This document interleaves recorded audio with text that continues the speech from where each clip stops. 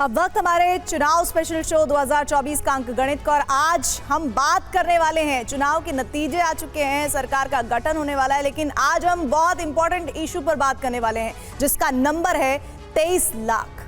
NEET यानी national eligibility cum entrance test. Medical college में दाखिले के लिए नीट जैसे टफ एग्जाम को न सिर्फ पास करना जरूरी है, बल्कि अच्छे कॉलेज में दाखिले के लिए अच्छी रैंकिंग भी चाहिए। और इसके अलावा अगर सरकारी मेडिकल कॉलेज में दाखिला चाहिए, इसके लिए टॉप रैंकिंग आनी चाहिए। और इस बार रैंकिंग ने सारे रिकॉर्ड तोड़ दिए हैं। हैरानी की बात यह कि 67 छात्र टॉप 1 रैंक पर हैं, जिनके फुल मार्क्स यानी 720 में से 720 नंबर आए हैं। ऐसे में नीट पर सवाल उठा है। धांधली का आरोप लग रहा है कि कहीं ना कहीं कुछ गड़बड़ है, जिससे परीक्षा रिजल्ट में हाई रैंक गई है। ऐसे में विपक्ष ने इस मुद्दे को लपक लिया है और सरकार को घेर लिया है। यानी नीट के नाम पर विपक्ष सरकार की नीति और नीयत में खोट निकाल रहा है। आखिर क्या है नीट पर लग रहे आरोपों का पूरा अंक गणित, इस एक्सक्लूसिव रिपोर्ट में जानिए।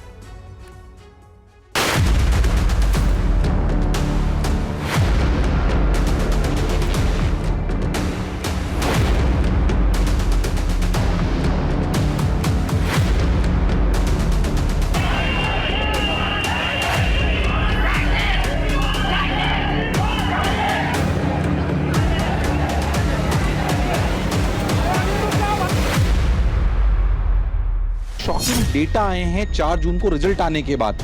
पहली बात तो 4 जून को रिजल्ट देने की क्या जरूरत आ रही थी? उस दिन पूरे चुनाव के रिजल्ट आने वाले थे, कहीं दबाने का प्रयास तो नहीं करा गया। लग नहीं रहा है, पक्का है हम कि वाकई चीटिंग हुई है। पर्टिकुलर सेंटर्स पे तो ऐसा, मतलब पर्टिकुलर सेंटर्स पे 17 सेंटर्स में कहीं बिहार से, कहीं सवाई माधोपुर से नीट लीक की खबर आई, कहीं पेपर लेट होता, उसके खिलाफ भी कोई कार्रवाई अभी तक कोई एक अच्छी एक्शन नहीं लिया गया।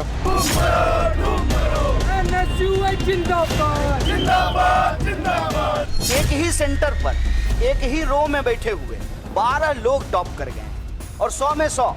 समय खोए बिना इस पे जांच होनी चाहिए। ऐसा संभव नहीं है कि जो अंक मैं देख रहा हूँ वो संभव नहीं आना। उस मार्किंग का जो प्रोसीजर है उससे भिन्न होकर यहाँ पर अंक दिए गए हैं। जहाँ भारतीय जनता पार्टी की सरकार बनती है वहाँ पर पेपर लीक होते हैं। परीक्षा रद्द करो, रद्द करो, रद्द करो, परीक्षा रद्द करो, रद्द करो।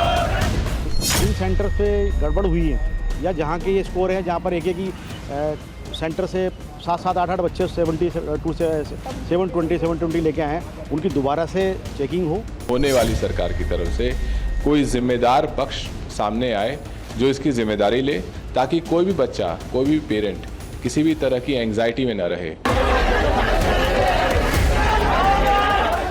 नीट का रिजल्ट क्या आया, तूफान मच गया।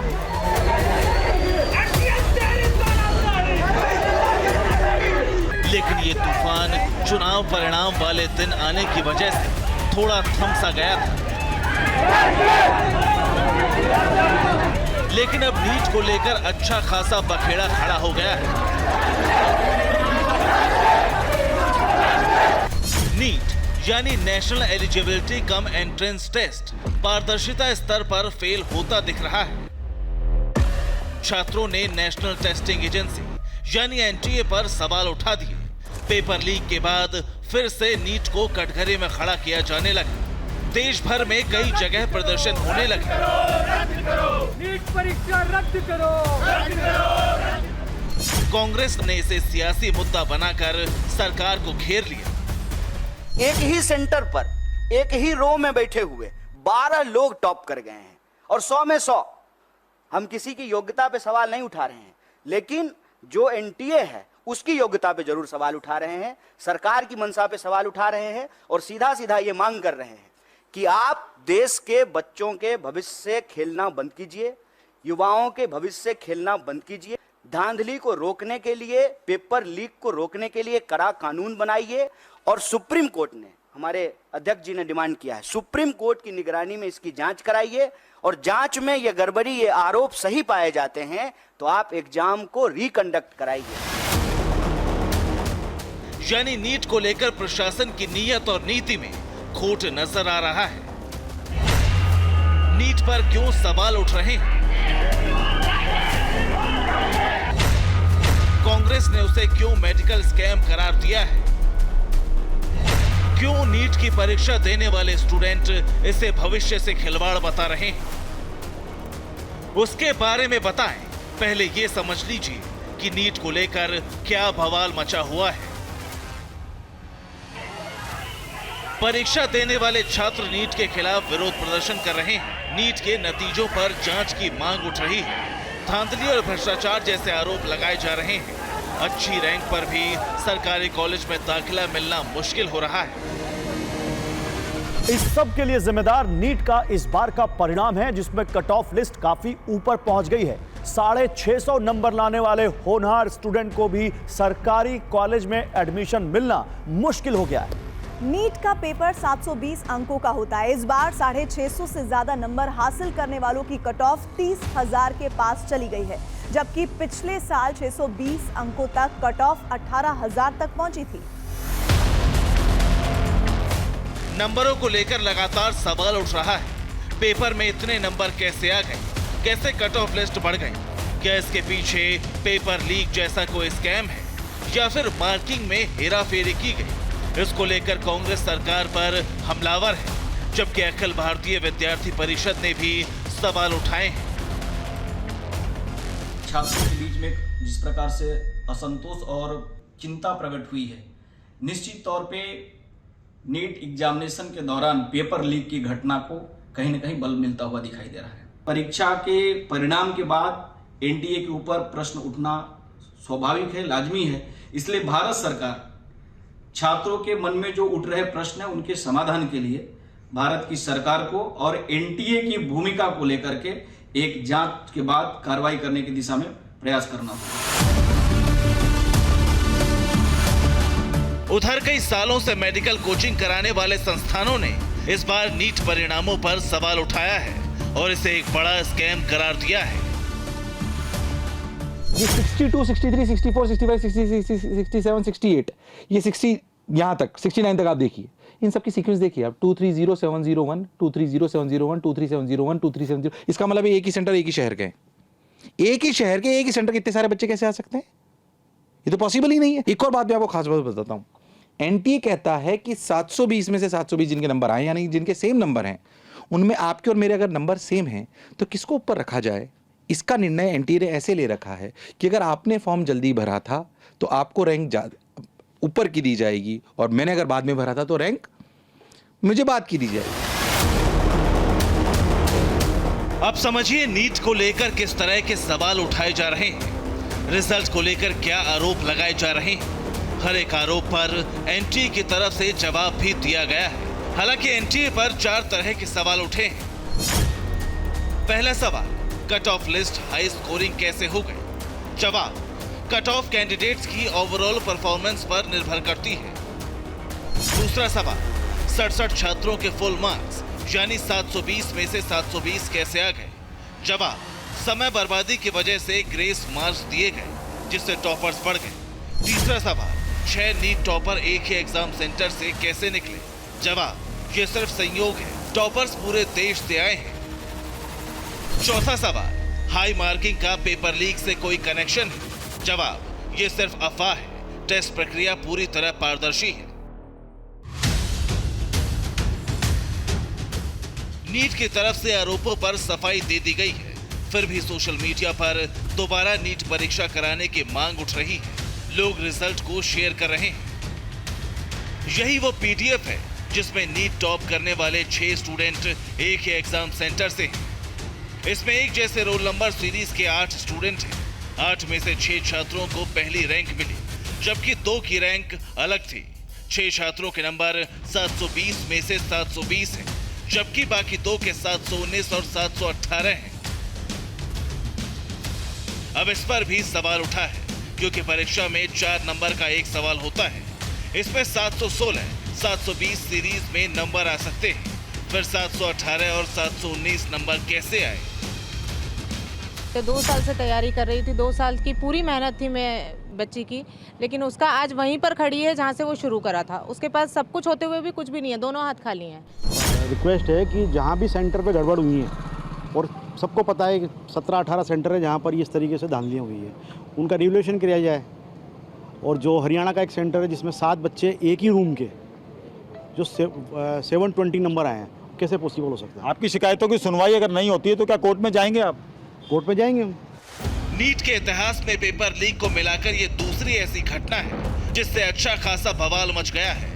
इंडी गठबंधन को केंद्र सरकार को घेरने का मौका मिल गया। प्रियंका गांधी ने सोशल मीडिया पर लिखा है,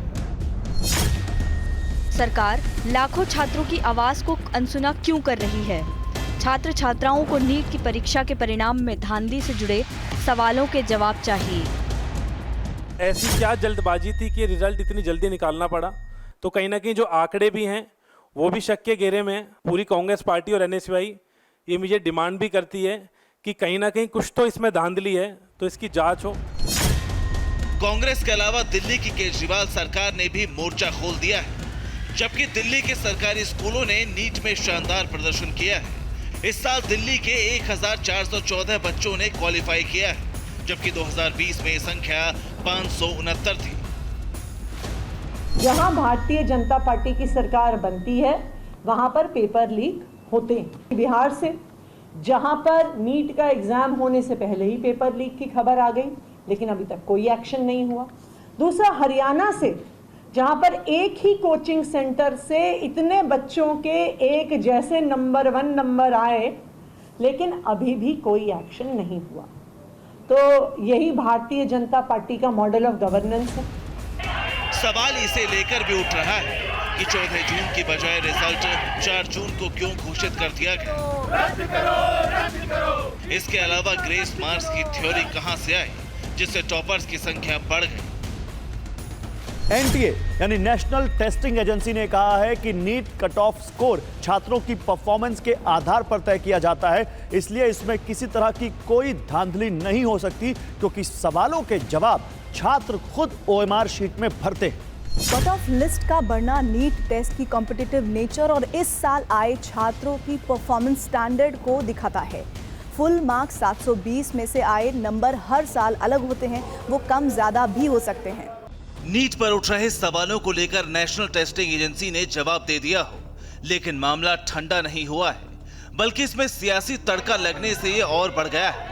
सोशल मीडिया पर लगातार कई पोस्ट वायरल हो रहे हैं। प्रोटेस्ट की छोटी छोटी वीडियो शेयर की जा रही हैं।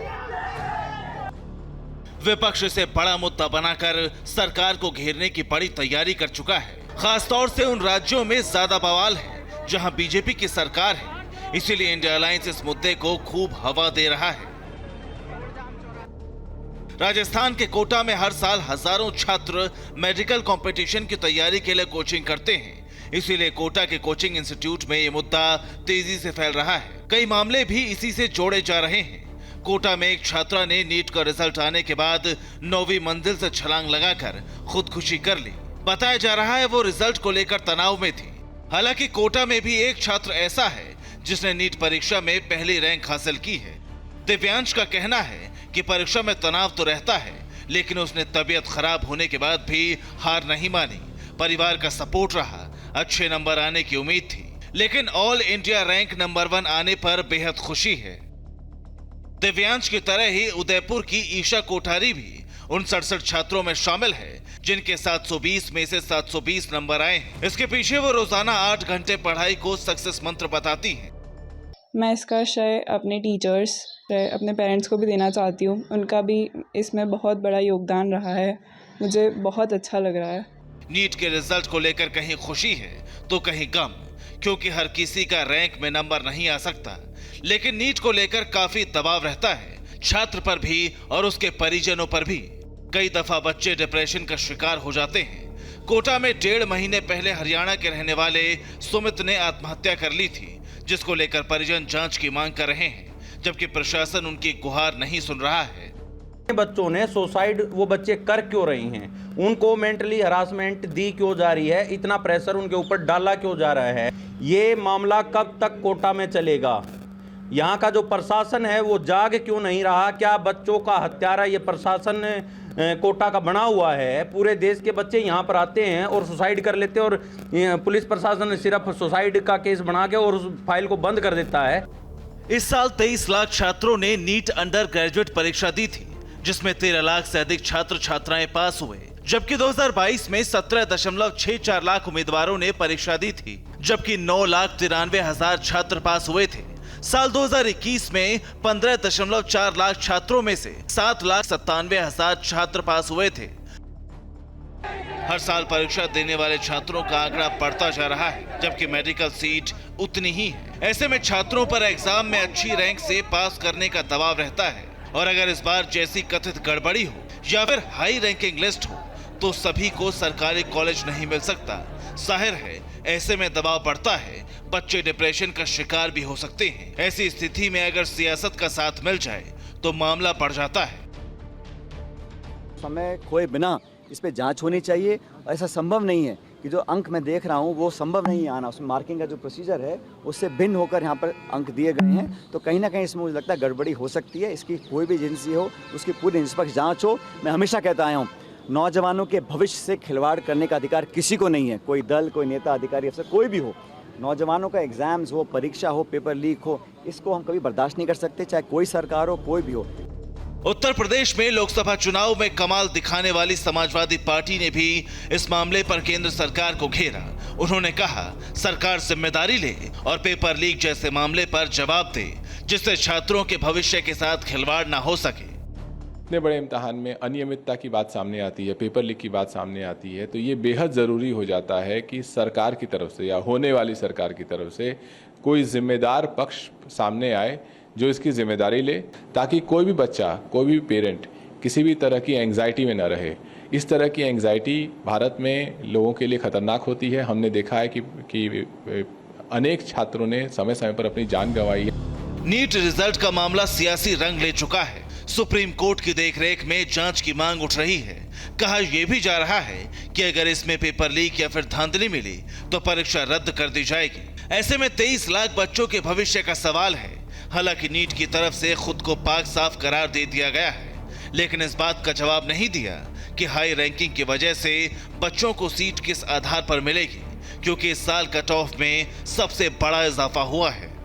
Bureau report, TVN Bharatvarsh.